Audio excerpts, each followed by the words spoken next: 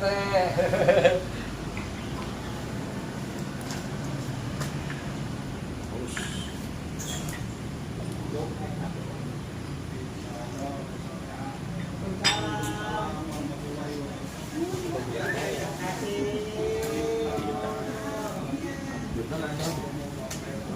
Bang di Madrid dah. Hah?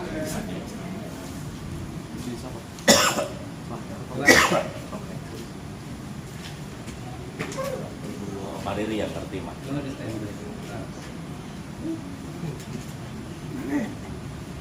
Iya. Line in mode.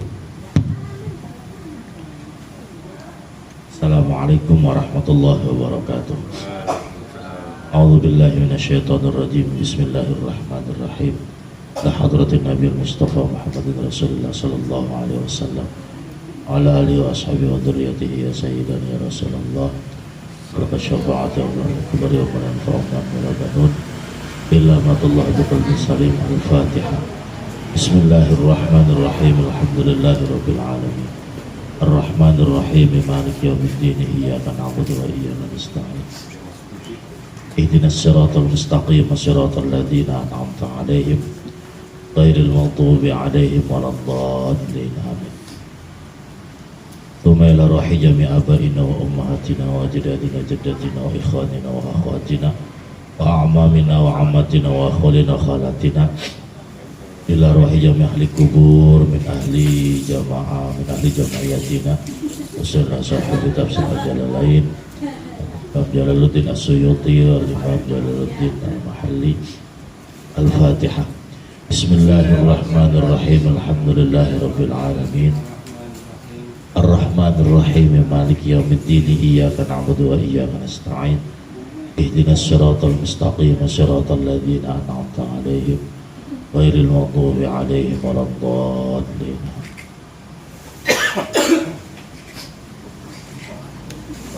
Bismillahirrahmanirrahim. Alhamdulillahi rabbil alamin.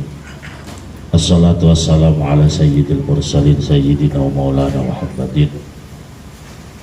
Qala Allah ta'ala fil Qur'anil Karim wa huwa asdaqul qailin. A'udzu billahi minasyaitonir rajim. Innal ladzina kafaru sawa'un 'alaihim a'anzartahum am lam tunzirhum la yu'minun. Khatamallahu 'ala qulubihim wa 'ala sam'ihim wa 'ala absarihim ghishawatun wa lahum 'adzabun 'adzim. Wa minan nasi man yaqulu amanna billahi wa bil yawmil akhir wa ma hum bimu'minin. Yukhadi'una Allah walladzina amanu wa ma yakhda'una illa anfusahum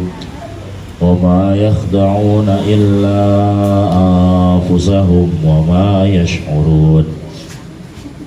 Fi qulubihim maradun fazadahumullahu marada wa lahum 'adzabun alimun bima kanu yakdzibun. Bismillahirrahmanirrahim. Innal ladzina kafaru sawa'un 'alaihim anzartahum am lam tunzirhum la yu'minun. Innal ladzina kafaru, sesungguhnya orang-orang yang kafir, orang-orang yang tertutup hatinya, orang-orang yang menolak kebenaran. Sawa'un 'alaihim a'anzartahum, sama saja bagi mereka a'anzartahum. Lafad a'anzartahum, kalau para hadirin jamaah baca itu bisa dibaca beberapa cara. Kalau kita biasa membacanya innal ladzina kafaru sawa'un 'alaihim a'anzartahum, ada yang ditashil, alif keduanya, hamzah keduanya dientengin. Innal ladzina kafaru sawa'un 'alaihim ang. Jadi enggak a'angzartahum. Yang keduanya boleh dibaca tashil atau dientengkan hamzahnya. Ada hamzah tapi cuman enteng doang, tidak a'anzartahum, tapi a'anzartahum. Ya. Nah, ada dua hamzah berharokat fathah keduanya. Imam Jalaluddin mengartikan lafadz kafaru dengan arti ka'abi jahlin wa abi lahabin. Di antara orang-orang kafir adalah seperti Abu Jahal dan Abu Lahab. Abu Sufyan enggak. Abu Sufyan itu dalam periode sebelum hijrah ke Madinah, memang Abu Sufyan masuk ke dalam kategori orang-orang yang belum masuk ke dalam agama Islam. Tapi pasca penaklukan kota Mekah oleh pasukan Nabi Muhammad dari Madinah, Abu Sufyan kemudian masuk Islam. Makanya Abu Sufyan ikut dalam golongan yadkhuluna fi dinillahi afwaja, berbondong-bondong manusia pada masuk Islam, di antaranya Abu Sufyan. Makanya Abu Sufyan oleh Imam Jalaluddin tidak disebutkan dalam kategori orang-orang alladzina kafaru. Yang disebutkan di sini Abi Jahlin dan Abu Lahab, Abu Jahal dan Abu Lahab. Karena memang Abu Jahal dan Abu Lahab sampai meninggalnya tidak bersaksi, tidak bersyahadat. Ya, sebutkan sebagai tafsiran lafadz kafaru.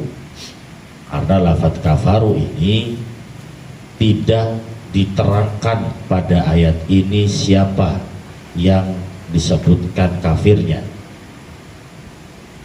Karena lafadz kafir itu, lafadz kafaro itu juga kadang digunakan untuk beberapa kalimat lain. Salah satunya yang udah populer di kita, la in syakartum la azidannakum wa la in kafartum inna adabi lasyadid. Hanya lafadz kafir itu bisa berarti ketutup atau penolakan. Karena ada ayat yang juga menjelaskan bahwa lafadz kafar itu berarti kufur baro'ah, artinya menolak terhadap keputusan.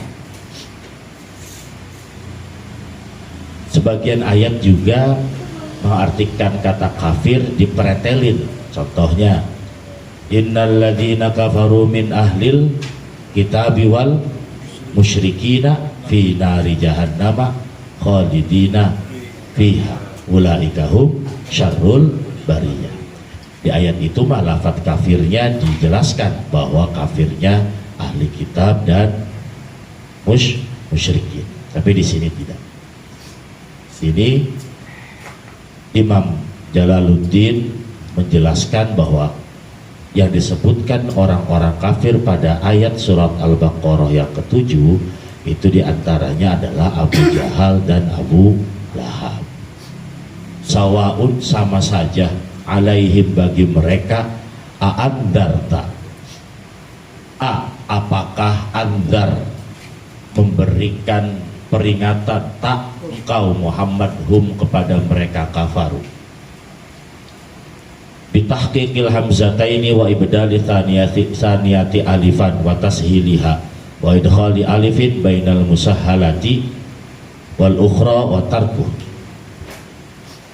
Itu keterangan yang tadi tuh, a'andartahum dibaca ang. Kalau lagi ada yang baca sawaun alaihim a'andartahum, itu kita.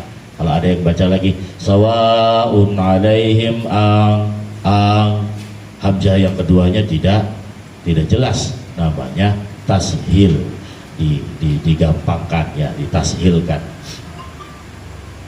Sama saja wahai Muhammad, baik engkau memberikan peringatan ataupun tidak, amlam tundirhum, atau tidak memberikan peringatan engkau kepada mereka, la yu'minun, mereka tidak akan pernah beriman.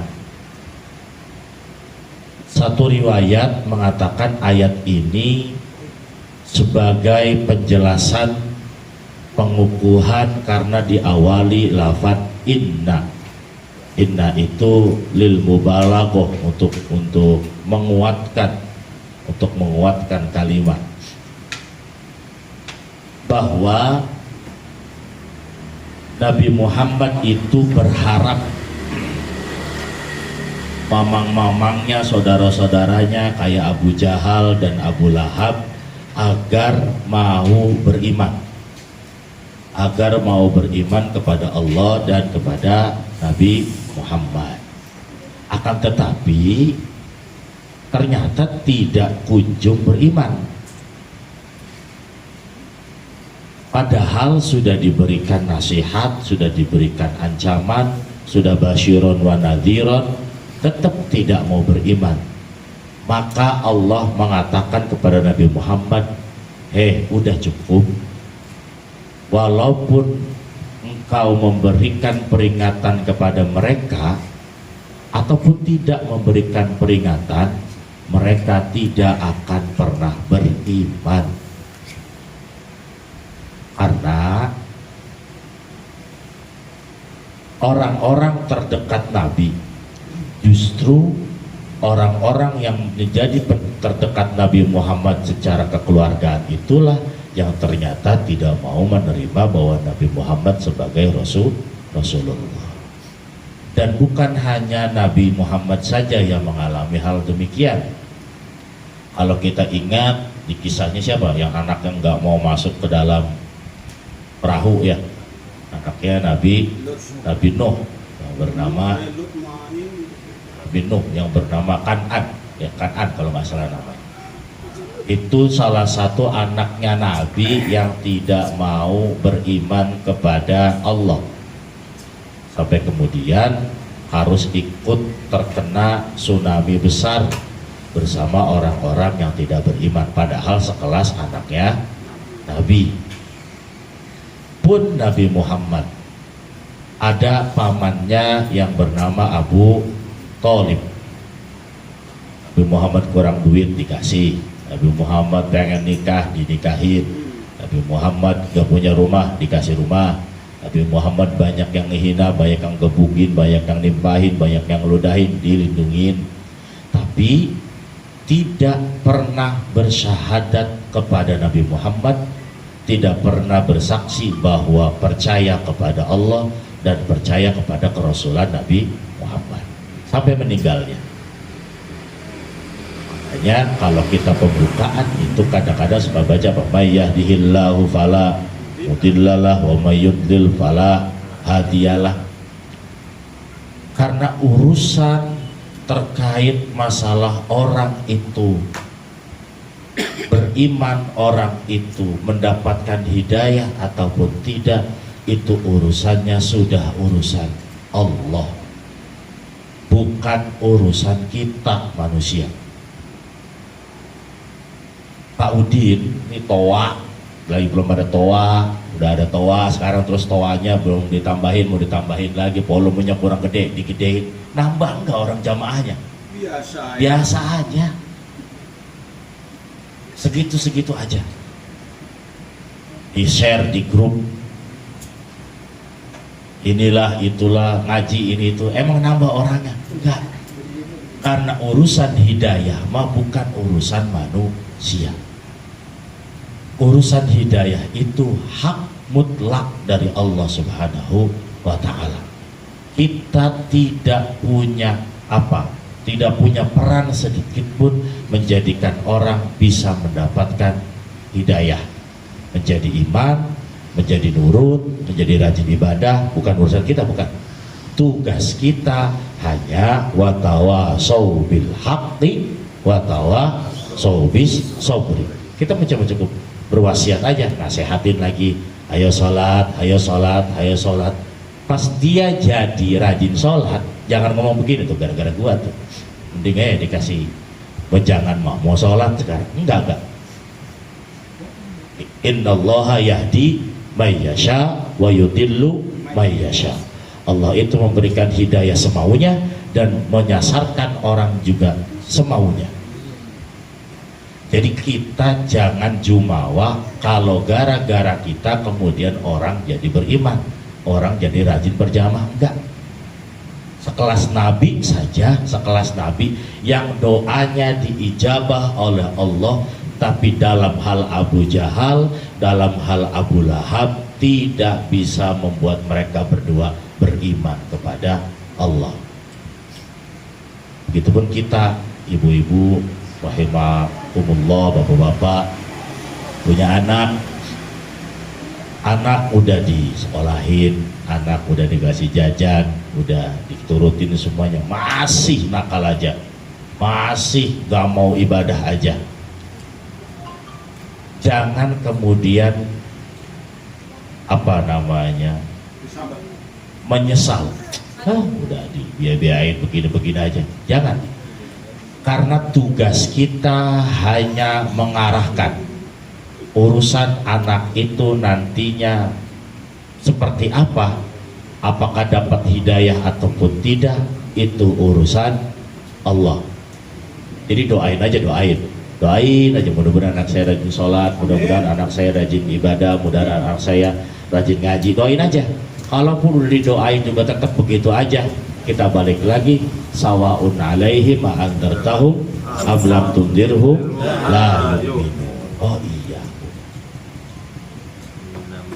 yang menjadi patokan ikhlas atau tidak kita kepada orang lain itu saat orang lain itu tidak berubah sesuai harapan kita, tetapi kita gak ngegerutu.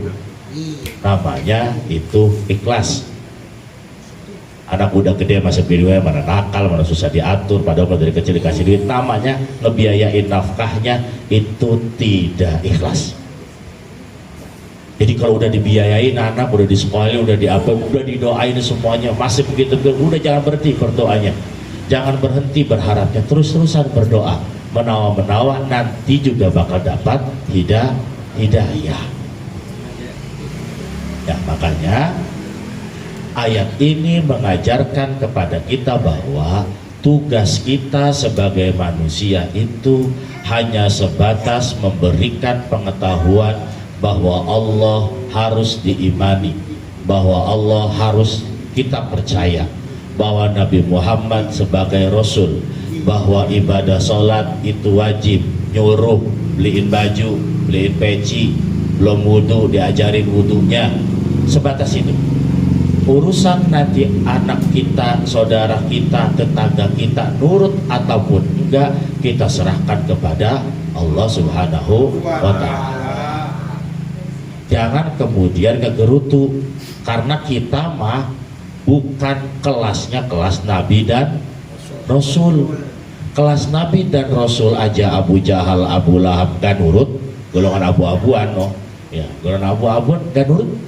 Apalagi kita, Nabi bukan, Rasul bukan, sahabat Nabi juga bukan, tabi'in bukan, tabi'in bukan, ustadz ya belum, ya. Apalagi kita yang tidak punya pangkat kenabian, yang tidak punya pangkat kerasulan.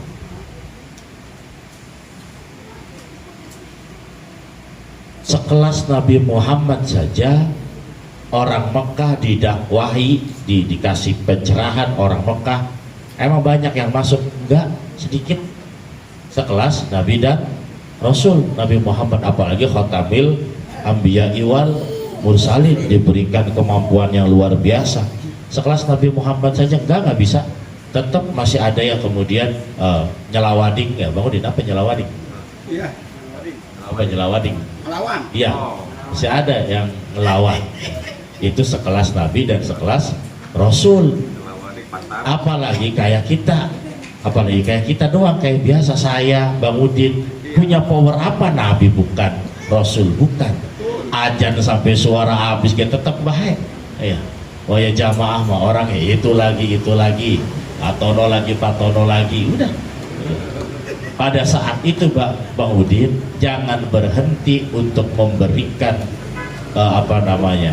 jangan berhenti untuk memberikan peringatan, jangan berhenti untuk memberikan nasihat. Pokoknya mah terus aja. Nanti juga akan kelihatan apakah termasuk yu'minun atau termasuk la yu'minun. Kita bisa melihatnya nanti ya. Baik ayah ataupun ibu kepada anak, udah pokoknya mah tugas kita mah ngasih arahan, ngasih kebaikan, ngasih jalan untuk anak kita beribadah. Urusan akhirnya gimana anak kita serahkan kepada Allah. Jangan mungkes, jangan nyesel, jangan kemudian putus asa. Kita ingatnya bahwa Nabi Muhammad saja ada yang lawan, Nabi Nuh saja ada yang lawan, apalagi kita, orang yang bukan Nabi dan bukan Rasul. Makanya puncak keikhlasan tuh di situ. Kalau kita kesedekah nih, kalau kita sedekah kepada orang yang belum makan karena lapar, itu sedekah kita gara-gara apa? Kasihan. Tuh, kasihan. Kalau sedekah kita sama orang yang udah ngasih jabatan, sedekah kita namanya sedekah terima kasih. Sedekah kita kepada pengemis, sedekah kasihan. Sedekah yang benar-benar ikhlas, yang benar-benar tidak ada tandingannya adalah sedekah kepada orang yang sudah menyakiti. Kemudian dikasih duit sama setiap hari, kasih rokok lagi, besok siang kasih makan lagi. Wah ya, suatu hari Bang Udin ternyata gak nurut. Orang dikasih duit tiap hari masih kayak begini aja. Padahal lu udah gua kasih duit tiap hari, dikasih rokok, dikasih makan, ini masih kagak nurut. Wah ya kayak gini malah gak sama kita. Diungkit-ungkit semuanya, maka itu bukan bagian ikhlas. Yang ikhlas itu ketika dia menyakiti, kita tetap kasih. Besoknya dikasih lagi, besoknya lagi dikasih lagi. Itu namanya ikhlas, benar-benar karena Allah Subhanahu wa ta'ala, bukan karena pengen terima kasih, bukan karena pengen diperlakukan baik lagi. Kasih ke dia, kasih ke Bang Udin aja biar enak, ntar kalau ada apa-apa ada yang ngebantuin Bang Udin. Namanya bukan sedekah ikhlas itu, ada pengharapan. Yang betul-betul ikhlas itu adalah ketika sudah kita kasih, sudah kita beri sedekah, orang itu tetap menyakiti, tetap melunjak, tapi kita nggak sakit hati sedikit pun, malah tetap ngasih sedekah, baru itu namanya puncak keikhlasan.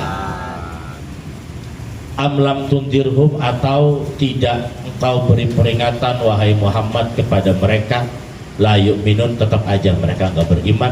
Li'ilmillah, karena Allah tahu, minhum, dari mereka semua, dzalika, tentang ketidakimanan mereka. Karena yang betul itu adalah Allah itu sudah tahu bahwa Abu Jahal dan Abu Lahab tidak akan beriman. Jadi Allah udah tahu bahwa Abu Jahal, Abu Lahab itu gak bakal beriman, udah tahu. Ya, cuman Nabi Muhammad suruh apa? Suruh tetap memberikan basyiron wa nadhiron, tetap walaupun Allah sudah tahu bahwa mereka tidak beriman. Itu pertanda bahwa kunci dalam hal apapun bukan dilihat dari hasil, tapi dilihatnya adalah dari prosesnya maksimal, hasilnya ternyata tidak maksimal, tak apa bagi Allah. Allah melihatnya proses saja, sudah ya, sudah berani melakukan dakwah, sudah berani memberikan ancaman, sudah berani memberikan kabar bahwa nanti di surga ada jannatin tajri min tahtihal anhar. Tugasnya itu saja, proses saja, maksimalin, nanti hasilnya kita serahkan kepada Allah. Innallaha yuhibbul akilin. Fala tatma' fi imanihim, maka jangan tomak, jangan berharap kepada imannya orang kafir tersebut. Jadi Nabi Muhammad dilarang tamak kepada keimanan orang-orang atau keimanan innalladzina kafaru, keimanan orang-orang kafir. Jangan tamak, jangan diharapin keimanannya kata Allah, karena Allah sudah tahu bahwa mereka tidak akan beriman. Wal indar, apa sih yang dimaksud indar tuh? Nadhiron tuh, basyiron wa nadhiron tuh apa? Menurut Imam Jalaluddin, al-indar itu adalah i'lamun ma'a tahwifin, ngasih tahu bersama kasih ketakutan. Apa namanya? Ancaman ya? Al-indar itu i'lamun ma'a tahwifin, ngasih tahu sama ngasih ketakutan. Sekolah, kalau nggak sekolah disentil, itu namanya indar, nadhiron. Kalau basyiron, al-i'lamu ma'a apa? Nikmatin, ngasih tahu, yang ngasih taunya tersebut dibarengi dengan kenikmatan. Sekolah ya yang rajin, kalau sekolah yang rajin bakal dapat ranking, ntar dibeli sepeda, ntar diajak jalan-jalan, namanya basyiron. Kalau ngasih taunya berbarengan sama ketakutan, namanya nadhiron. Makanya Nabi Muhammad itu tugasnya basyiron wa nadhiron ya. Selain ngasih bahagia terkait surga, juga ngasih ancaman berupa neraka. Nah, di ayat 1 sampai ayat 6 dari Alif Lam Mim sampai ulaika ala hudan mir rabbihim wa ulaika humul muflihun, itu Al-Qur'an sedang menjelaskan kisi-kisi tentang orang-orang yang bertakwa. Di ayat 6 ini sudah berbeda, bukan tentang orang bertakwa tapi tentang orang kafir. Lanjutannya cerita tentang orang kafirnya pada ayat ke-7. Khatamallahu ala qulubihim wa ala sam'ihim wa ala absarihim ghishawatu wa lahum adzabun adzim. Khatama, mengunci, ngiket apa? Tempel Allah ala qulubihim, kepada hati-hati mereka. Toba'a, ini ditafsirkan oleh Imam Jalaluddin, toba'a nyetempel, kasih pondasi, ditutup pakai pondasi alaiha, hati mereka, wastauthaqo, dan apa namanya, merantai hati mereka, fala yudkhiluha khairun, maka mereka tidak akan mendapatkan kebaikan atau enggak akan masuk ke dalam hati mereka sebuah kebaikan. Khatamallahu ala qulubihim, hati-hati orang kafir tersebut sudah ditutup, dikunci oleh Allah. Dalam bahasa Al-Quran, ketika menyebutkan hati untuk merasa, Allah menyebutkannya dengan bahasa qalbun, ya, karena qalbun itu bukan hati apa, liper, ya, bukan hati apa sih, hati di mana murid, hati murid kiri tak kanan, kiri, ya, di kiri, ya. Qalbun ini, kulubun ini bukan hati yang berada di sebelah kiri, bukan ada di sebelah kiri kita, bukan. Hati ini adalah yang tidak ada bentuknya tapi bisa dirasakan, atau sering kita sebut namanya perasaan. Tapi kita kalau sakit hati nunjuknya ke dada, karena yang sakit hati yang sesek dada, ya, ya. Jadi perasaan mereka, hati mereka sudah ditutup oleh Allah Subhanahu wa Ta'ala, makanya mereka tidak bisa menerima keimanan, tidak bisa menerima kebaikan. Orang kalau sudah ditutup hatinya tidak akan pernah bisa melihat kebenaran kita. Titik. Jadi kalau kita berbicara kepada orang yang memusuhi kita, kita ngomong benernya aja salah, apalagi ngomong salahnya. Bener Bu? Iya, kalau udah ribut ya, ibu-ibu apalagi terutama. Kalau misalnya udah benci sama orang mau bagaimana juga yang dibencinya pasti bakal salah. Namanya khatamallahu ala qulubihim. Udah gak bakal bisa gimana-gimana udah. Mau bener kayak mau salah, yang benernya aja salah, apalagi salahnya. Salah terus. Nabi Muhammad dipintain mukjizat.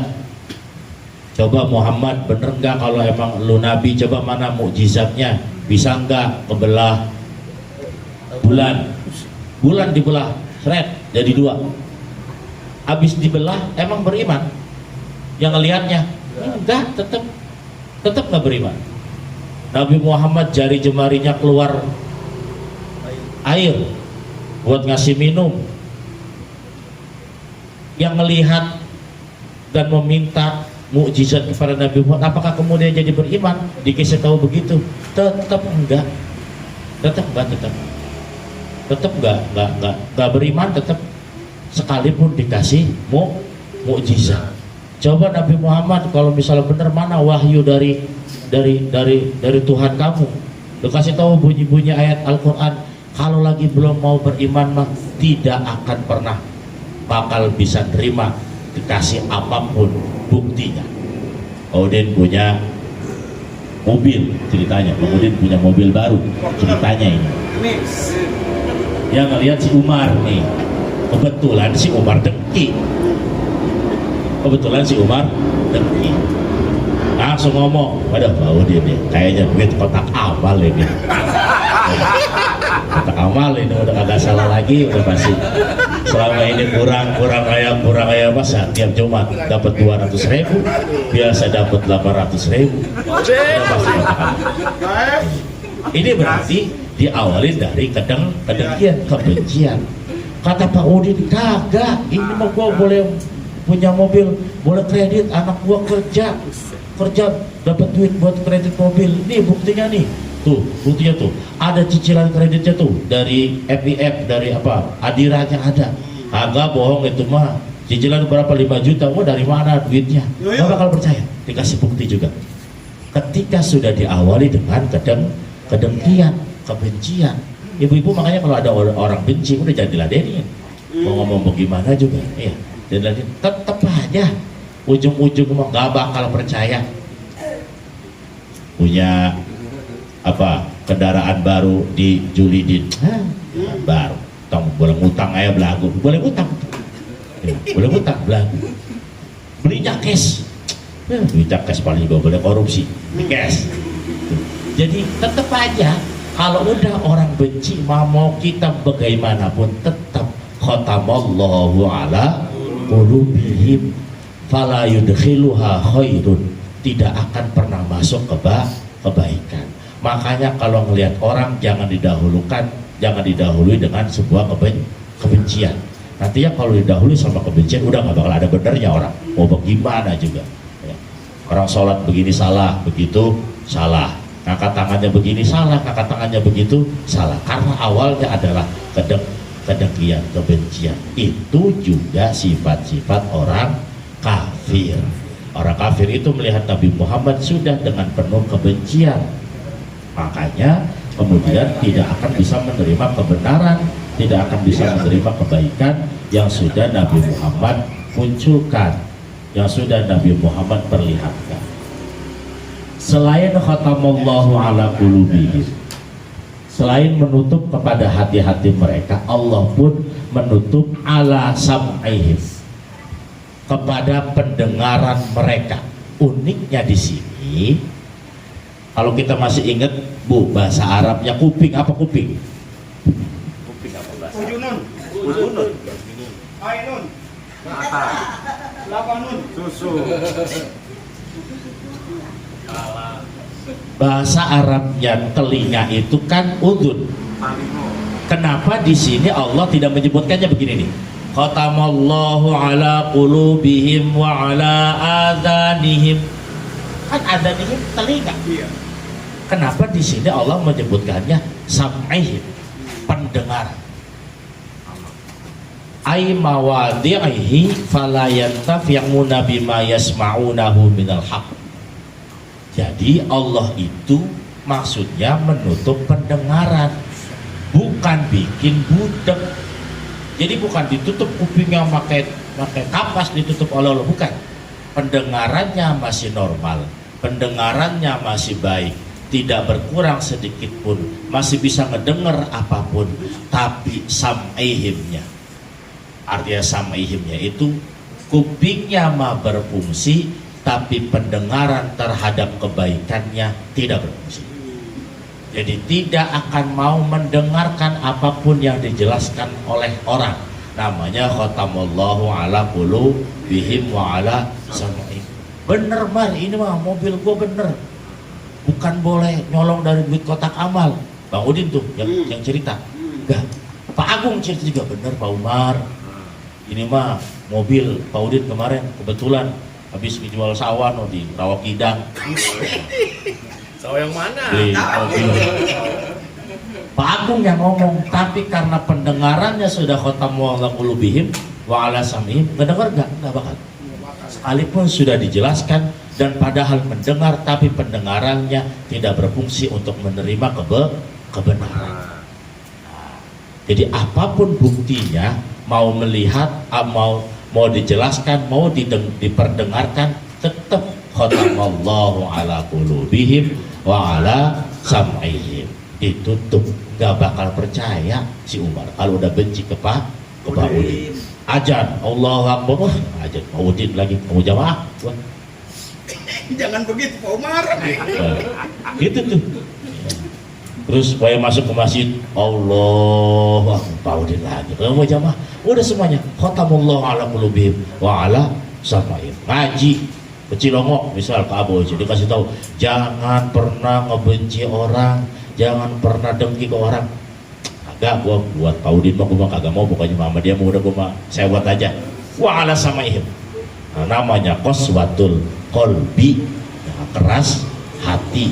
Jadi khatamullahu ala qulubihim wa ala sam'ihim. Sama siapa aja gua mau, tapi sama Pak Udin mah kagak, kata Umar gitu tuh. Ya sudah, selesai sudah. Bahkan Bang Udin sodakoh sejuta ke semua orang yang ada di kelurahan Sarakan, semua dikasih sejuta semua. Umar ngelihatnya tetap aja, masa duit boleh korupsi dong ya, belagu tuh ya. Jadi tidak akan pernah ada benar. Tadi yang pertama yang ditutup kulubnya, kolbutnya, hatinya. Yang kedua yang ditutup apa tadi Ibu? Pendengaran, sam'ihim. Yang ketiga wa ala absorihim. Absor itu apa? Penglihatan. Penglihatan. Tapi bahasa Arabnya mata kan bukan basor. Apa? Ainun ya. Ainun mata, udunun kuping gitu. Kenapa kemudian Allah tuh nggak bunyinya begitu, nggak bunyinya kayak tadi tuh wa ala adanihim wa ala apa tadi ayunihim, mata-matanya. Tapi yang Allah mengatakan absor, penglihatan. Jadi matanya mah nggak butak, nggak, matanya mah nggak picek, matanya mah nggak kotokan. Apa kotokan apa boleh kotokan ya, rabun senja ya, rabun senja. Kalau kayak sore ini udah nggak kelihatan orang sama semua, namanya matanya kotokan. Enggak, matanya masih sehat, katarak juga enggak, minus ataupun plus juga enggak, matanya sehat, tapi tidak mau menerima kebenaran. Kayak tadi udah diperlihatkan juga Umar nih, dikasih lihat semuanya, bukti-buktinya. Mar nih kalau nggak percaya mah nih, hari ini tiap hari kita ngitung duit kotak amal nih ya, hari ini dapat 200.000 nih ya, besok 200.400, hitung berarti seminggu dapat 1.400.000 tuh. Dibuka hari Jumat tetap 1.400.000. Saat Umarnya sudah khatamallahu ala qulubihim wa ala sam'ihim wa ala absorihim, tetap nggak bakal percaya Ya, tetap nggak bakal bisa. Namanya sudah didahului dengan kedengkian dan kebencian. Oleh apa ditutupnya? Gisyawatun, penutup. Penutup apa penutupnya? Kata Imam Jalaluddin, atoun, cetakan. Kalau Haji Romli mah berarti apa? Gotoun, cetakan. Kalau Haji Romli mah bukan cetakan, apa? Bahasa orang tuh, bahasa proyek mah dia apa? Dicor, ya diaduk. Dicor. Kalau baru ditutup doang pakai gembok mah masih bisa jebol udah. Tapi kalau udah khotamallahu ala qulubihim wa ala sam'ihim wa ala absarihim, sampai mati nggak bakal gua takziah ke rumahnya. Tuh namanya. Wa ala sam'ihim wa ala absarihim gisyawah. Udah saking bencinya itu ke orang tuh namanya tuh. Namanya udah dicor, bukan lagi ditutup pakai kunci atau pakai pintu. Karena kalau pakai kunci atau pakai gembok masih bisa pakai cairan kimia, jebol lagi. Fala yubsirunal haqqo, maka mereka tidak akan melihat dengan mata hati mereka sebuah kebenaran. Jadi udah nggak bakal ada benernya. Kalau orang udah benci mah, orang udah nggak suka, orang udah dengki mah nggak bakal ada benernya. Sama seperti Nabi Muhammad sudah mengeluarkan mukjizat segitu banyaknya, tetap nggak percaya, tetap orang menolak, tetap orang kufur, tetap orang dengki. Apalagi kita, mukjizat juga. Emang ada Bang Udin punya mukjizat nggak Bang Udin? Nggak punya. Kita mah nggak punya mukjizat. Paling mentok punyanya maunah. Nah, jadi kita mah kalau ngomong nih jangan mukjizat. Misal, Pak Riri apa namanya naik motor, palanya jatuh mentok ke aspal, kagak kenapa-napa, langsung bikin di TikTok. Assalamualaikum warahmatullahi wabarakatuh. Saya Adrian Dri. Saya jatuh dari motor dengan kecepatan 100 km per jam. Alhamdulillah saya mendapat mukjizat. Tuh, pala saya nggak kenapa-napa. Besok berarti Pak Riri derajatnya naik jadi nabi. Kalau ngomongnya mukjizat, ya. Kalau kita bahasanya namanya maunah. Bukan fauna, bukan ya? Bukan. Kalau Nabi dan Rasul namanya mukjizat. Kalau wali namanya karomat. Kalau kita orang biasa nih, wali bukan, Nabi bukan, namanya maunah. Alhamdulillah saya dapat maunah dari Allah, nggak kenapa-napa.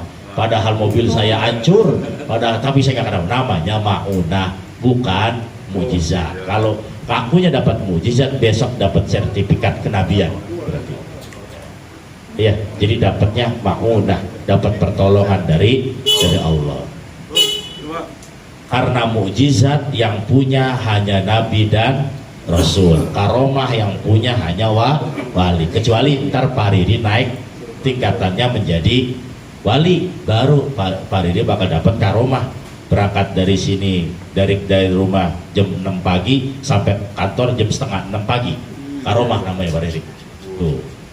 Karomah itu kelasnya kelas wali. Kelas wali mah sudah tidak ada hitungan waktu lagi, sudah tidak terkait dengan ruang dan waktu. Dia mah bisa kapan aja, kemana aja. Ke Mekah juga cuman sekedipan mata nyampe ke Mekah. Mau kayak begitu ya, jadi tingkatan wali dulu. Lantas kalau sudah khatamallahu ala qulubihim wa ala sam'ihim wa ala absarihim gisyawah, lantas apa konsekuensinya? Walahum adzabun adzim, maka bagi mereka adalah siksa yang besar, qawiyun yang kuat, daimun selama-lamanya.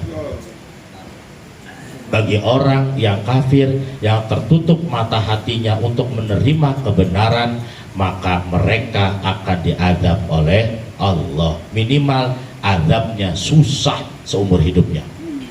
Kalau kita benci sama orang nih Bu, enak tak kagak sih hidupnya? Gak enak kan? Nyampe-nyampein doang jadi udah jangan pernah benci lah sama orang, jangan. Ada tetangga usil sedikit, udah jangan dibenci, biarin aja. Karena benci sama seseorang itu azabnya gede. Ya. benci sama orang tetangga pakai emas lagi, hati panas. Besoknya lagi tetangga masak AC 20 biji, panas lagi. Besoknya lagi tetangga rumahnya diberesin, keramiknya diganti dari emas, Waduh. emosi lagi. Itu akibat kebencian tuh. Udah, jangan benci, karena benci itu kekufuran, itu kekafiran, itu yang menutupi mata hati, mata bener, mata pendengaran. Itu akan hanya membuat adzabun azim, siksa yang besar. Siksa yang besar itu salah satunya adalah hidupnya susah, ribet jadinya. Jadi kalau udah benci sama orang tuh ribetnya bukan orang yang dibencinya, malah kita yang bencinya yang ribet ya. Jadi jangan pernah benci sama orang. Ini ayat 6 dan ayat 7 itu menjelaskan tentang orang-orang kafir, orang-orang yang tidak mau menerima Allah sebagai Tuhan, tidak mau menerima kebenaran Nabi Muhammad. Makanya kata kafir itu juga sering kita sebutkan dengan kufur nikmat, tidak mau menerima nikmat. Artinya udah tahu dikasih nikmat, tapi nikmatnya digunakan untuk hal-hal yang tidak semestinya. Dikasih mata, masih bagus, Quran gak mau dibaca. Dikasih mulut, masih enak buat bunyi lafaz-lafaz Al-Quran, nggak mau berbunyi. Kaki dikasih masih seger, belum kenapa-napa, sujud masih enak, bangun masih enak, sholat nggak mau. Ya, otak masih bagus, belum banyak pikiran, duit udah ada, nggak mau berpikir, diem aja, nggak dipakai-pakai nikmatnya. Makanya namanya kufur nikmat, penolakan. Kufur itu penolakan. Yang menolak itu namanya kufur ya, atau sering kita sebut dengan kafir. Makanya ayat-ayat tentang orang kafir itu bisa kita jadikan sebagai introspeksi untuk diri kita sendiri ya. Oh iya nih, kayaknya saya termasuk orang-orang yang kafir ini, tidak mau menerima kebenaran. Orang ngomong bener juga salah aja bagi kita nih, salah lagi, wah jangan-jangan khatamallahu ala qulubihim wa ala sam'ihim. Na'udzubillahi min dzalik ya. Jadi kata kufur atau kata kafir itu artinya tertutup hatinya atau keras terhadap segala sesuatu kebenaran. Dan orang atau makhluk yang pertama kali dicap sebagai kafir siapa? Makhluk pertama kali yang dikatakan kafir siapa? Siapa makhluk yang pertama kali dicap sebagai kafir siapa?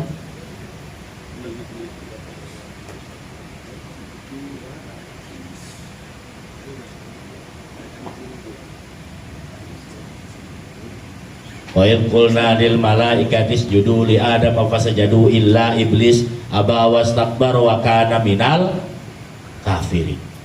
Yang pertama kali dikasih stempel kekafiran adalah iblis. Jadi kata kafir buat iblis itu bukan iblisnya agamanya beda, bukan. Tetapi karena iblis itu menolak terhadap kebenaran Allah yang sudah menciptakan Nabi Adam untuk menjadi khalifah di bumi. Ditolak oleh iblis, maka iblis disebut oleh Allah wa kana minal kafirin. Jadi makhluk yang pertama kali dicap kafir itu adalah iblis ya, iblis yang dicap kafir.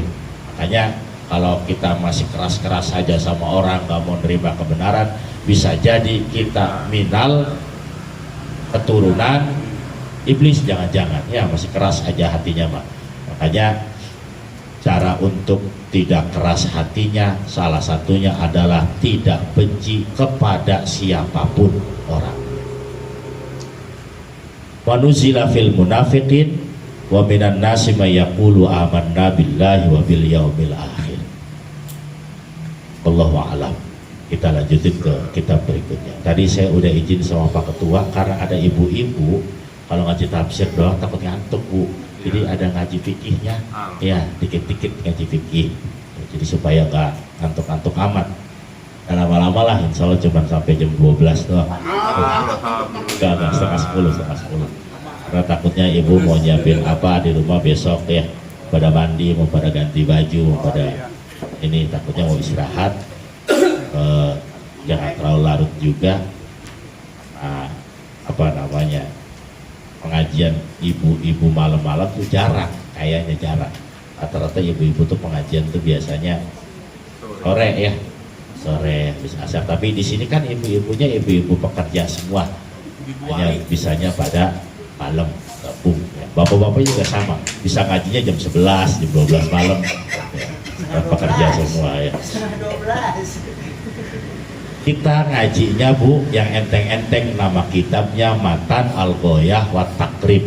Kitabnya tipis, ini mah kitab tebel mah, cuma gaya-gayaan doang.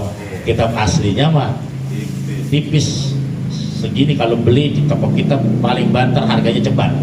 Ya, paling banter harganya cepat. Kita mulainya dari awal lagi, dikit-dikit aja ngajinya. Kitab Takrib ini dikarang oleh Imam Abu Syuja Ahmad bin Husain Al-Asbihani bermadhab Syafi'i. Kalau ibu bapak sering dengar Fathul Qorib itu sarahnya Matan Takrib. Ini saya ambilnya dari kitab An-Nihayah, sarahnya juga. Qala al-mu'allif rahimahullah ta'ala wa nafa'ana naf'an bihi wa bi'ulumihi fid dharain amin. Bismillahirrahmanirrahim. Kitabut Toharoti, kitab bersuci. Semua kitab fikih itu pasti awalnya adalah menjelaskan tentang sesuci, ya, bersuci dulu, baru akhir-akhirnya baru nikah. Jadi kalau kitab fikih itu nikahnya nggak di awal, di akhir. Habis bersuci baru kita sholat, habis kita sholat baru kita saum, kitab puasa, habis kita puasa baru kita zakat, habis kita zakat baru kita haji, habis kita haji baru kitabun nikah. Nah itu dia. Ya. Jadi masih lama, bangsa 20 tahun lagi berberes kitab nikah. Ya. Jadi urutan manusia itu bisa bersuci dulu, habis bisa bersuci baru sholat, sholat bisa baru puasa, puasa bisa berzakat, berzakat bisa haji, Kalau bisa nikah. bisa dilewat. Haji mah nikah dulu. Iya, bisa dilewat. Nikah dulu baru haji. Ya. Yang jelas urutan awalnya itu adalah kitabut toharoh, tentang bersuci. Karena tidak akan bisa mengetahui maksud-maksud ilmu Allah kecuali orang-orang yang disucikan, orang-orang yang suci. La yamassuhu illal mutahharun. Karena tidak akan bisa tahu ilmunya Allah kecuali orang-orang yang disucikan. Makanya pertama kali untuk mengerti terhadap segala sesuatu ketentuan Allah, kita harus suci dulu, baik pikiran, perkataan, dan perbuatan. Yang pramuka ya, itu Umar. Suci dalam pikiran, perkataan, dan perbuatan. Bismillahirrahmanirrahim. Al-miyahul lati yajuzu at-tathiru biha sab'atu miyahin. Ibu nih pasti tiap hari ketemunya sama air melulu ya Bu ya. Ya. Air, nyuci baju, nyuci piring, ngepel, apalagi? Benar. Iya tadi nyuci, mandiin anak, mandiin bapak, ya pakai air semuanya. Kita nih cuma tahu selama ini air. Air tuh gimana sih sebenarnya? Masalah air tuh kita akan sama-sama belajar Bu, Bapak, bahwa sebenarnya penggunaan air itu seperti apa sih? Ketentuannya secara fikih. Al-miyahul lati yajuzu at-tathiru biha sab'atu miyahin. Air yang boleh dilakukan untuk bersuci adalah 7 macam air. Jadi di awal dulu kita sepakati bahwa air itu ada suci, ada mensucikan. Ada suci, ada mensucikan. Kalau suci itu tidak mensucikan, kalau mensucikan sudah pasti suci. Rumusnya, suci tidak pasti mensucikan, kalau mensucikan sudah pasti suci. Itu rumus awalnya. Jadi ada air suci, ada air mensucikan. Apa aja air yang 7 itu yang boleh buat bersuci? Ma'us sama'i. Yang pertama adalah air langit. Air langit itu berarti air apa? Air hujan. Air hujan itu termasuk ke dalam kategori air mensucikan. Kalau air mensucikan itu boleh buat wudhu, boleh buat mandi, namanya mensucikan. Kalau air cuman sekedar suci doang, itu tidak bisa buat wudhu, nggak bisa buat mandi, tapi boleh buat minum. Jadi kalau baju bapak ibu kena kopi, jangan dibilang baju itu najis. Baju itu tetap suci, cuman kotor. Pak Heri pulang dari bengkel, baju belepotan oli semua. Oli itu najis, tak suci? Suci. Jadi Pak Heri belepotan oli di kantornya, sholat maghrib, sholat isya, gak usah ganti baju, olian aja udah gak apa-apa, baju ada oli, gak kenapa-napa. Karena oli mah bukan kategori air yang najis. Jadi ada air suci, ada air mensucikan. Kalau air hujan namanya air mensucikan. Suci nggak? Suci. Berarti kalau suci air hujan boleh diminum. Minum. Ya, kali iseng gitu. Nenek Eden iseng, udah hujan-hujan jelangap, pelangit boleh. Ya, kali iseng gitu. Iseng. Odin hujan-hujan nadain pakai apa galon dimasukin terus dipakai dispenser kan nggak kenapa-napa. Iya.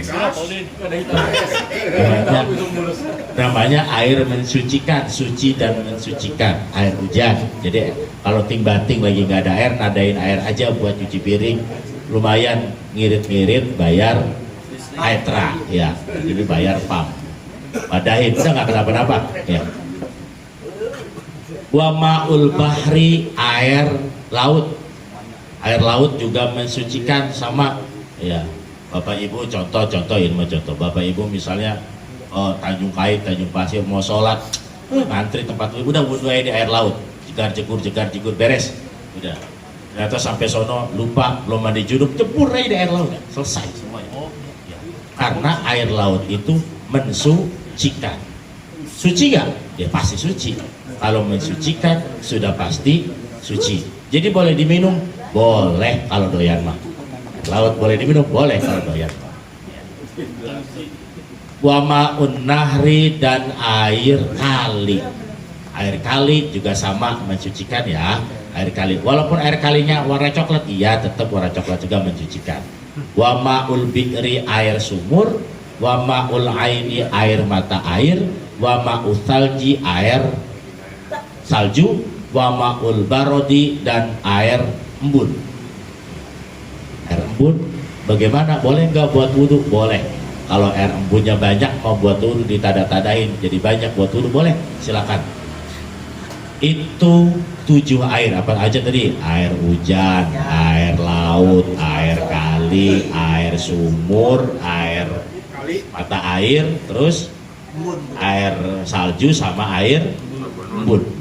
Ya, 7 air tersebut boleh digunakan untuk bersuci. Ya, boleh digunakan untuk mandi, boleh digunakan untuk nyuci baju yang ada najisnya, boleh. Silakan, karena itu 7 air tersebut adalah air yang mensuci. Wudhu pakai air salju boleh nggak? Boleh.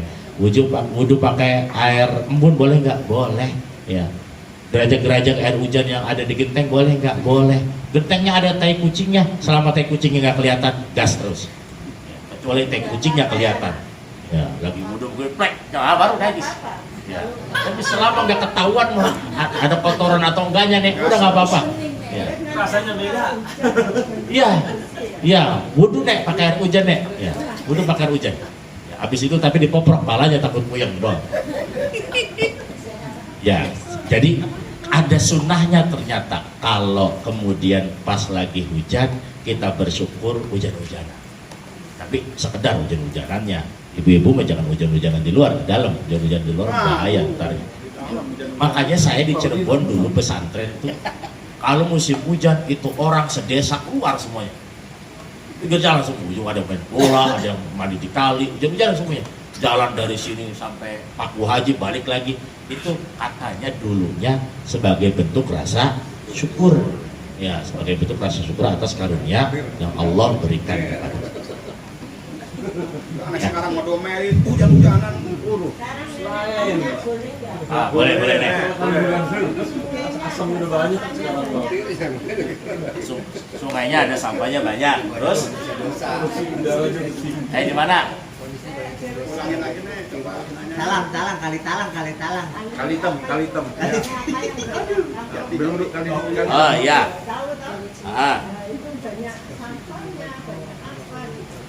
Banyak sampahnya, banyak apanya. Gini nih, air sungai itu tidak akan pernah berubah namanya dimanapun tempatnya.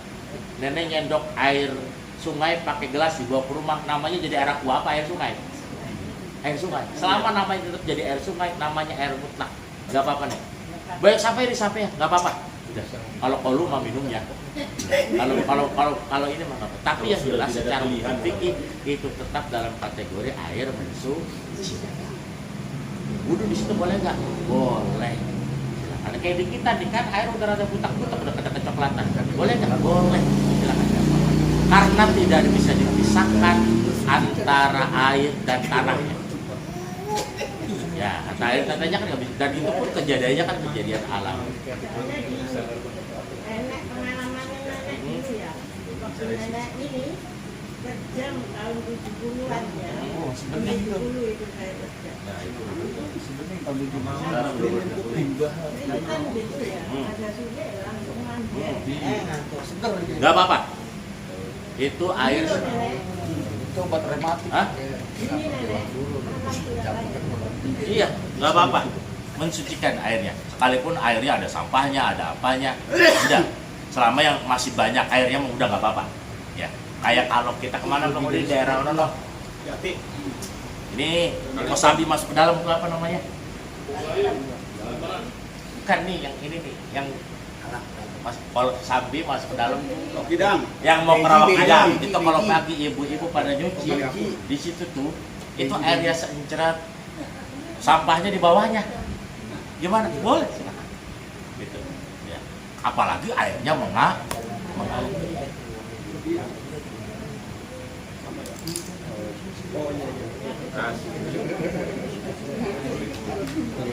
Jadi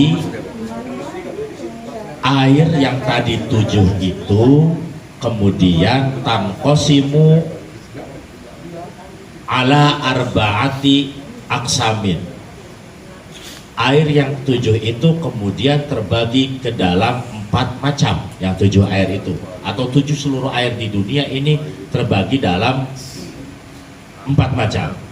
Yang pertama, tahirun mutahhirun ghairu makruhin wa huwa al-ma'ul mutlaqu. Yang pertama adalah air yang suci dan mensucikan dan tidak makruh, namanya air mutlak. 7 air yang tadi itu namanya air mutlak, dipindahin kemana-mana namanya nggak berubah. Air laut dimasukin ke botol namanya tetap air laut.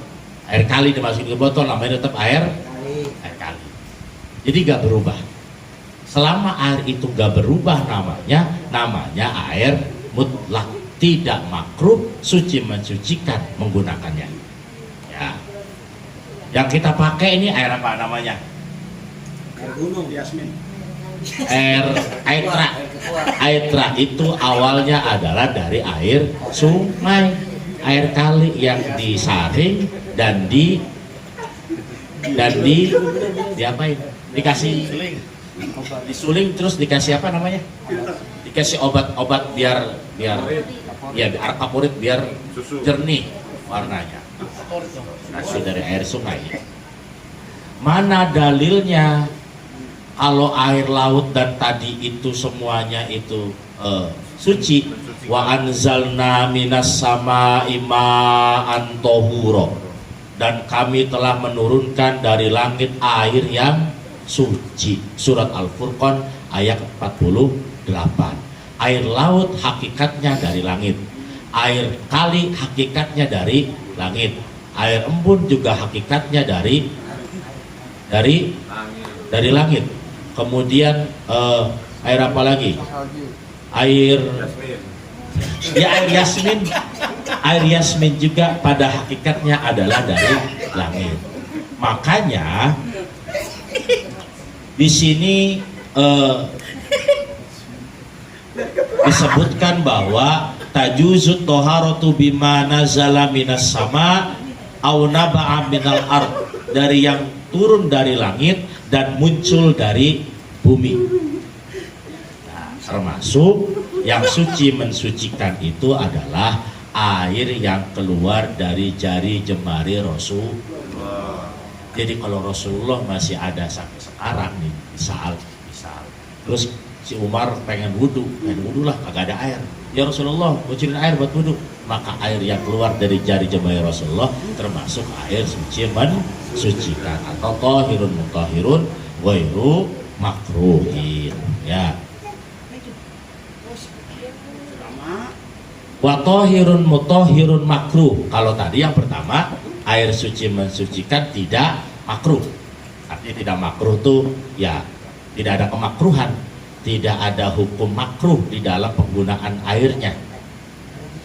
Yang berikutnya adalah suci mensucikan, boleh buat mandi, boleh buat wudhu, tapi makruh. Maksudnya kalau bisa mah dihindari, namanya makruh. Kalau bisa mah dihindari, namanya al-ma'ul mutlaqul musyammasu, air mutlak yang disinari matahari. Berarti kalau air kena matahari itu makruh gitu. Enggak, yang disinari mataharinya di dalam pakai wadahnya dari hadid, wadahnya dari logam, baru namanya air musyammas. Umar bikin kolamnya dari besi, kolamnya di luar, tapi kolamnya di luar kena sinar matahari, airnya namanya air musyammas. Suci mensucikan tapi makruh. Kalau kolamnya dari apa? Kalau kita dari apa? Semen. Dari semen sih enggak, dari semen. Kalau kolamnya dari semen mah enggak. Kalau dikencingin kucing gimana? Hah? Kalau dikencingin kucing.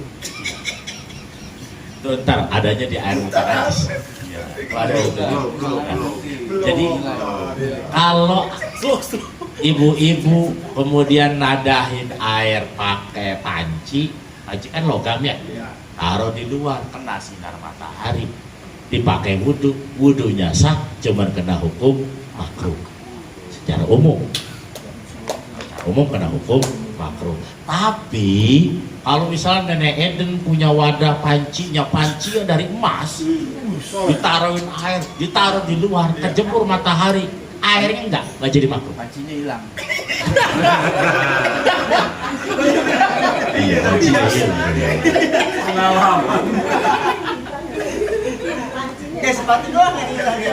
Kalau kemudian pakai pancinya panci emas, wadahnya wadah emas, itu mah nggak jadi makruh. Alasannya lisofa ijau harihima, karena emas dan perak itu logamnya beda, jadi nggak akan menimbulkan penyakit. Pakai cincin emas emang gatel? Kagak. Coba pakai cincin emas imitasi, gatel ke garuk mulut. Gatel, tapi kalau saya Pak Ustadz, gatel pengen ngejual. Iya, gatel pengen ngejual, iya emang nggak di mana. Ya. Nah, namanya air musyammas. Tapi ya Bu, Bapak, di sini itu Syekh Waliyuddin Abil Fatul Muhammad bin Salim ini menjelaskannya malah lebih terperinci.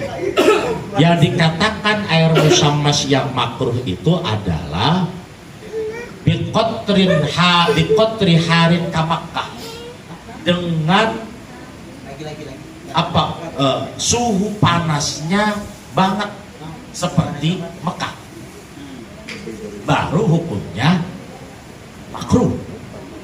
Kalau Indonesia mah yang panasnya cuman biasa aja, nggak makruh. Ini kata pengarang kitab Nihayah. Makruh soten, makruh juga kalau dia dijemurnya di panasnya panas banget seperti panasnya Mekah, baru makruh. Tuh kata kata Syekh. Tapi kalau di kitab Fathul mata takribnya mah pokoknya mah air yang kena matahari aja. Air yang kena matahari baik wadahnya apa kayak nggak dijelasin sama Imam Abu Syuja. Tapi sama Fathul Qorib dijelasin kalau wadahnya besi, logam. Kalau wadahnya emas perak enggak. Sama ini juga kitab An-Nihayah dijelasin lagi kalau nggak jemurnya di Mekah. Kalau nggak jemur ya di sepatan nggak apa-apa. Nggak ada kemakruhan. Tetap tohirun, mutahhirun, ghairu makruh. Tetap airnya boleh dipakai bersuci, boleh dipakai wudhu, boleh dipakai mandi. Tidak ada unsur kemakruhan. Kenapa makruhnya? Kenapa Imam Abu Syuja itu mengatakan makruh menggunakan air yang dijemur panas matahari? Karena kalau udah kena sinar matahari itu khawatir ada kandungan-kandungan negatifnya. Tapi ketika hilang panasnya maka zawalul karoha. Kalau panas airnya udah hilang maka kemakruhannya ikut hilang. Makruh juga kalau airnya masih panas. Kalau airnya udah adem mah hilang kemakruhan. Sama wudhu pakai air hangat atau pakai air panas. Ya, akan dispenser kalau kata Am. Jangan ya. Lepuh. Itu mah bisa mendekati haram. Watsalitsu tahirun ghairu mutahhirin wallahu a'lam bissawab wa ilahil marji wal ma'ab. Al-Fatihah. A'udzu billahi minasyaitonir rajim. Bismillahirrahmanirrahim. Alhamdulillahi rabbil alamin arrahmanir rahim.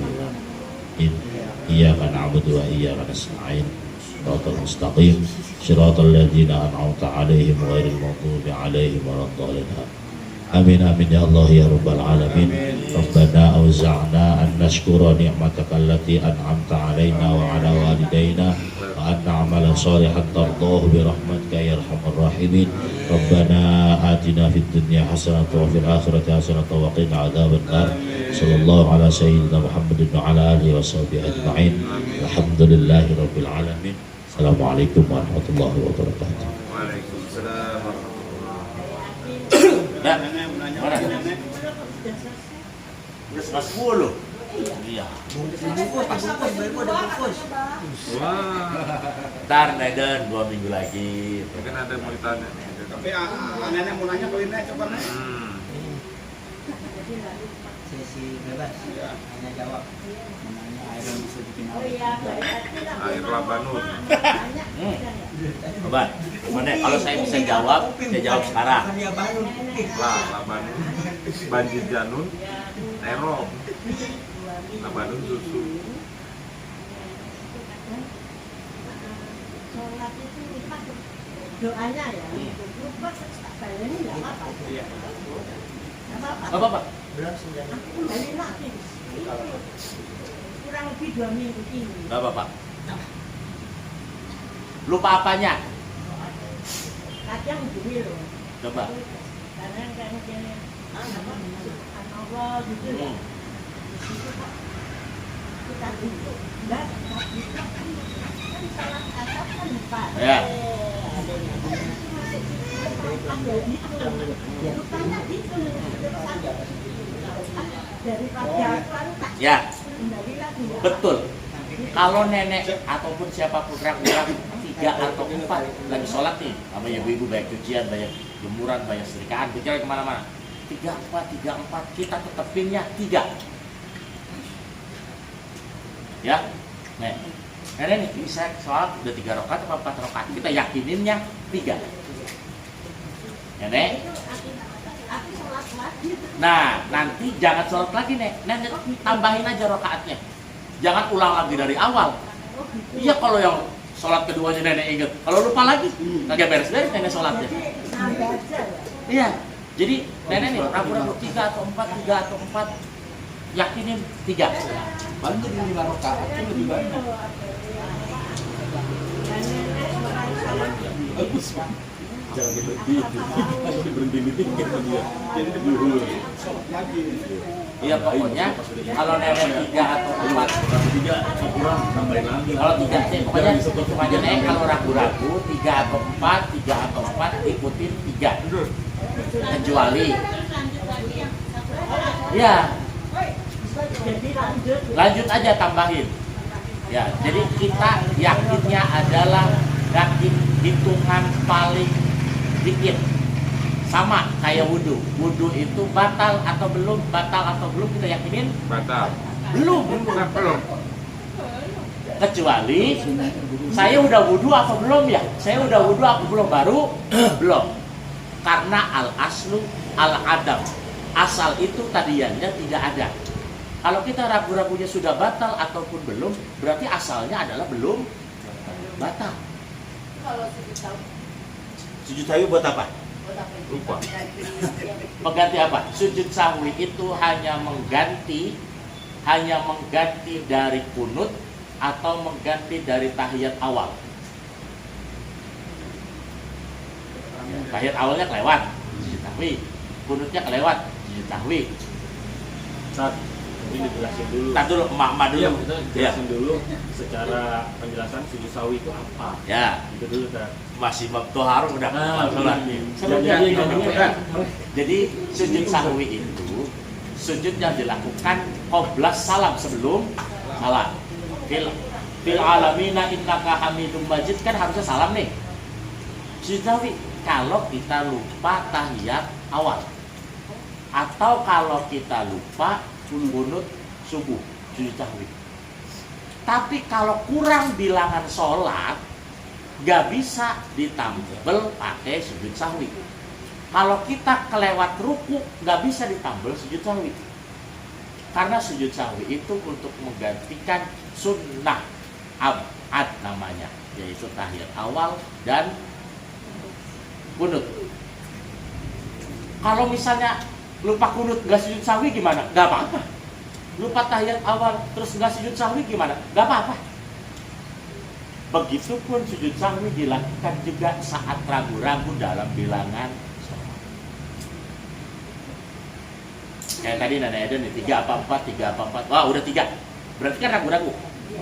Ragu-ragu. Maka sujud sahwi di akhir. Ya, itu. Yang jelas, Nek, kalau bacaannya lupa, Subhana Rabbil Azim apa Subhana Rabbil A'la ya, udah dilewat aja Nek, yang penting sujud. Yang penting sujud. Yang harus dibaca itu Fatihah.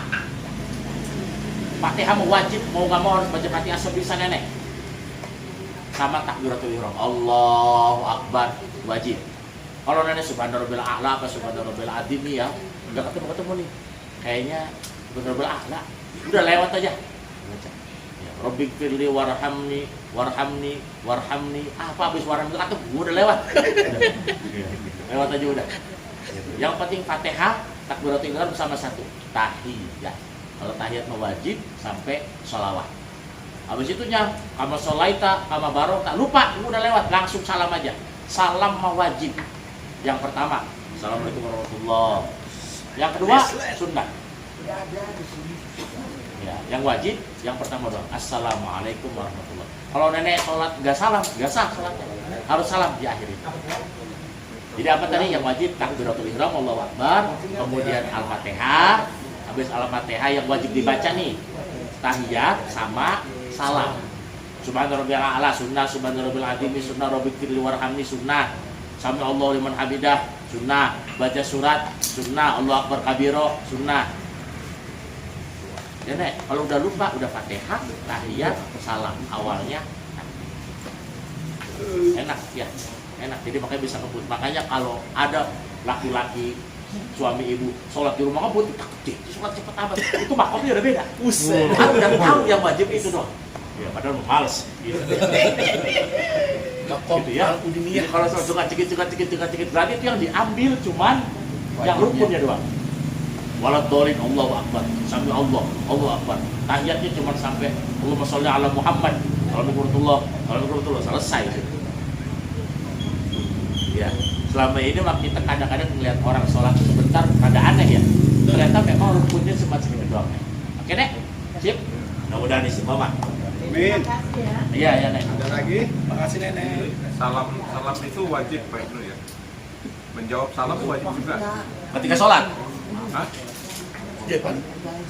Salam wajib, menjawab salam Wajib, tapi ketika sholat mah enggak. Masa bangun di Assalamualaikum warahmatullahi wabarakatuh dari belakang salam. Itu mah kawan CS yang jawab. Kelakuan. Bapak juga udah nungguin. Waalaikumsalam. Oh, Waalaikumsalam. Konsep ya. Dalam hati jawabnya. Iya. Ya, terima kasih Pak Tono. Itu Imam bisa loncat, imam. Tapi kalau imamnya yang salah, imamnya salah, makmumnya mengingatkan subhanallah, tapi dia udah berdiri nih, terus duduk lagi kan, subhanallah. Ketika subhanallah kan duduk lagi. Iya. Nah, biasa tuh rakaat kedua itu suka naik dia kan, suka naik. Seharusnya kan duduk tahiyat, nah, tapi imamnya naik. Terus nanti di akhir itu si imam tadi sujud sahwi karena dia kelupaan rakaat kedua dia naik. sholat 4 atau sholat 3 Ya, berarti ya. Sholat 4 atau ya, sholat 3 yang ada tahiyat awal. Iya. Saat imam naik nih Pak Agung, Nah, kita bilang subhanallah kan. rakaat kedua kan Rakaat kedua. tahiyat awal. Nah, Tapi imamnya naik. Allah. Kalau imam itu belum berdiri sempurna, nah, maka imam boleh kembali lagi untuk duduk tahiyat awal. nah. Baru setengah panggung subhanallah. Imam boleh duduk tahiyat. Tapi kalau imamnya udah berdiri sempurna, duduk lagi tahiyat awal, maka batal sholatnya. Batal. Si imamnya Si doang imamnya ya. batal. Ya kalau makmumnya ikutin ya batal. Kalau nggak ada yang ngerti, Imamnya yang ngebawa Hah? pesan. kalau nggak ada yang ngerti, Kalau nggak ada yang ngerti, wah ya batal semua. Padahal kan itu kan kadang ngikutin sampai berdiri, lupa tuh duduk lagi kan. Kita Makanya batal. ketika imam sudah berdiri sempurna, jangan dilanjutin subhanallahnya. Nah, Karena duduk tahiyat awal mah perkara sunnah, tapi berdiri mah sudah rukun. rukun. Namanya kita mendahulukan sunnah daripada rukun. Kalau kita udah kayak kunut. Pak Udin nih, sami Allahu liman hamidah, nungsep langsung sujud. Udah, Pak Agung subhanallah. Pak Udin udah sujud, berdiri lagi, kunut, batal sholatnya. Tapi kalau belum sujud baru mau duduk doang, subhanallah, tapi berdiri lagi, Allahumma, nggak apa-apa. Itu kalau imamnya batal, yang belakang imam maju. Apanya? Gantikan enggak? Atau Ditendang Batal itu, semua. tendang. tarik Apanya? makmum ikut batal juga. Kan? Kalau makmum melihat imamnya salah secara rukun, Nah, imamnya jangan diikutin udah. Mufarokoh, jadi sholat sendiri. sholat sendiri. Semua. Oh, sholat sendiri masing-masing. Yang ngerti Oh, maksudnya. iya. Kan masih berjamaah. Hah? Oh, nggak sih lagi. Berjamaah. Jadi Mufarokoh, keluar Bisa, dari keluar. dari keimaman, dari perjamaah itu. Enggak satu maju gitu, enggak. iya, yang belakangnya nggak maju. Enggak satu maju gitu. Iya kalau imamnya ngerti. Kalau imam masih berdiri di tempat. Emang kita mau ngomong, woi batal sholatnya, kita aja batal jadinya. Nah, cuma kalau imamnya udah berdiri sempurna, Nah, terus dia ketika dibilang subhanallah, tapi dia balik lagi ke tahiyat awal. nah itu sudah jangan diikutin. Sudah jangan diikutin. Iya. Tapi si imam tetap nanti Allahu Akbar. Kalau kita nggak ngikutin sendiri, yang lain pada ngikutin. Ya nggak apa-apa. Nggak apa-apa. Itu dalam hal fikih namanya kekurang fahaman terhadap susunan rukun dan susunan kesunahan. Iya. Ya, pokoknya mah hal yang sunnah itu tidak bisa kemudian diloncat dengan hal rukun. Kalau kita sudah berdiri, namanya kita sudah melakukan rukun.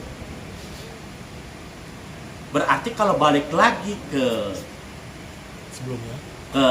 ke tahiyat awal, Tahiyat awal. berarti ada tambahan satu rukun. Kecuali begini. Udah 4 rakaat, imamnya berdiri lagi.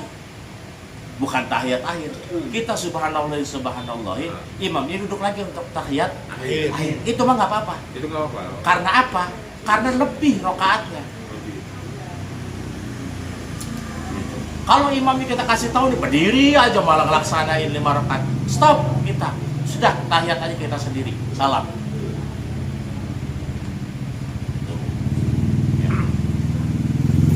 Jadi rumusnya dalam hal sholat itu, kalau udah melaksanakan satu rukun, maka sunnah yang lain yang kelewat tidak boleh dilaksanakan.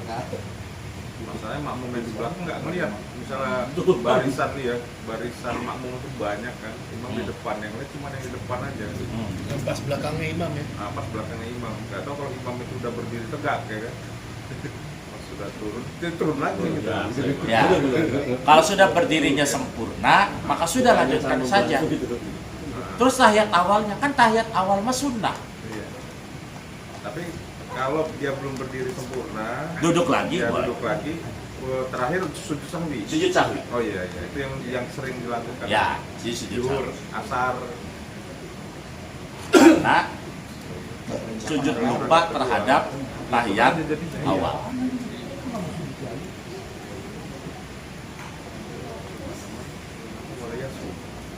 Sujud sahwi. Bacaan sujud sahwi. Subhanaman la yanamu wa la yasbu. Nggak bisa, udah sujud aja, nggak usah baca lagi. Ikut aja. Ya, sujud ya begitu. Iya tadi udah. Atau subhana rabbil a'la lagi, nggak apa-apa.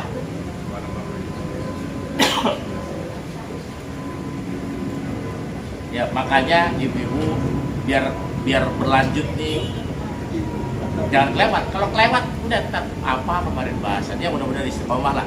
Ya. Amin. Tergantung Pak Riri. Kalau Pak Riri libur ngaji, kalau Pak Riri kerja libur ngajinya. Itu dia. Karena ketua ngajinya Pak Riri. Bisa. Istiqomah itu karomah. Mau nah.